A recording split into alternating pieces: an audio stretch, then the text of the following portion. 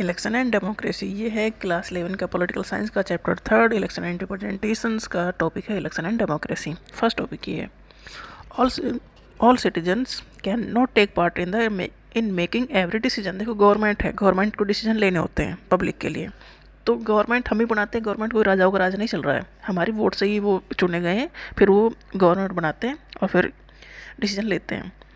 तो ऐसा है कि हमने ही उन्हें पावर दी है। क्यों? क्योंकि अब इतने सारे 130 करोड़ लोग जा कोई डिसीजन ले पाएंगे बोला? वो तो हम अपना रिप्रेजेंटेटिव भेजते हैं, जैसे क्लास मॉनिटर को भेजते हैं प्रिंसिपल्स के ऑफिस में। तो all citizen can not take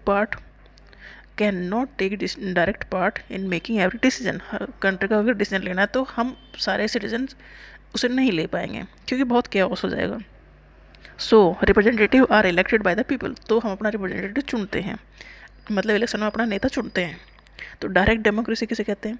a direct democracy is one where the citizens directly participate in the day to day decision making and in running of the government. Direct democracy मतलब एक छोटे level पर ये काम हो सकता है, क्योंकि 1000-1200 लोग हों, 1500 लोग हों, तो वहाँ पर हर किसी का डिसीजन पूछा जा सकता है। तो वहाँ डायरेक्ट डेमोक्रेसी हो सकती है। जैसे लोकल गवर्नमेंट है तो वो डायरेक्ट अपना डिसीजन सुना सकते हैं या डिसीजन मेकिंग में पार्टिसिपेट कर सकते हैं।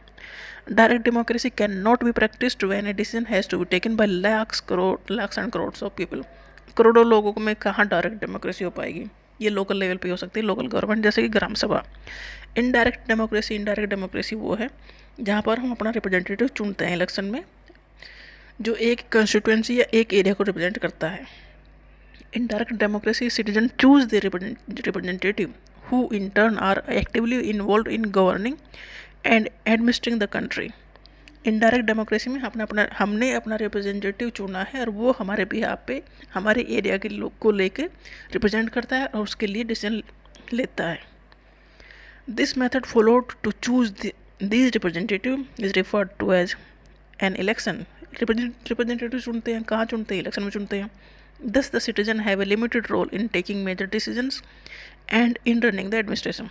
जब हमने अपना रिप्रेजेंटेटिव चुन दिया तो अब वो डिसीजन लेगा। अब हमारा मेजर रोल नहीं रहा, बस हमारा इतना ही है, हमने इलेक्शन में अपना वोट डाल दिया, अपना रिप्रेजेंटेटिव चुन दिया, अब डिसीजन वो लेगा हमारे बिहाफ पे। जैसे हमने स्टेट के सीएम को चुन दिया, अब हमारे स्टेट से रिलेटेड जो मैटर होंगे सीएम उससे फैसला लेंगे। हमने अपनी कंट्री का पीएम चुन दिया, पीएम को इलेक्ट कर लिया, तो जो भी डिसीजन होंगे अब वो पीएम लेंगे।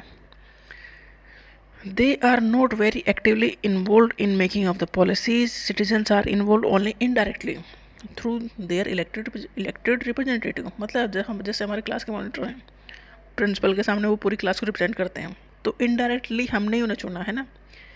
तो ऐसे ही हमारे एमपी और एमएलए हैं, जो हमें हमारे एरिया को या हमारी कंस्टिट्यूएंसी को रिप्रेजेंट करते हैं, उसके लिए फैसले लेते हैं, और जो डिसीजन लेना हो तब वो बताते हैं गवर्नमेंट में जो पॉलिसीज बन रही होती है तब। तो हमने उसमें इनडायरेक्टली रोल प्ले किया है, डायरेक्टली नहीं। ये है direct democracy and indirect democracy.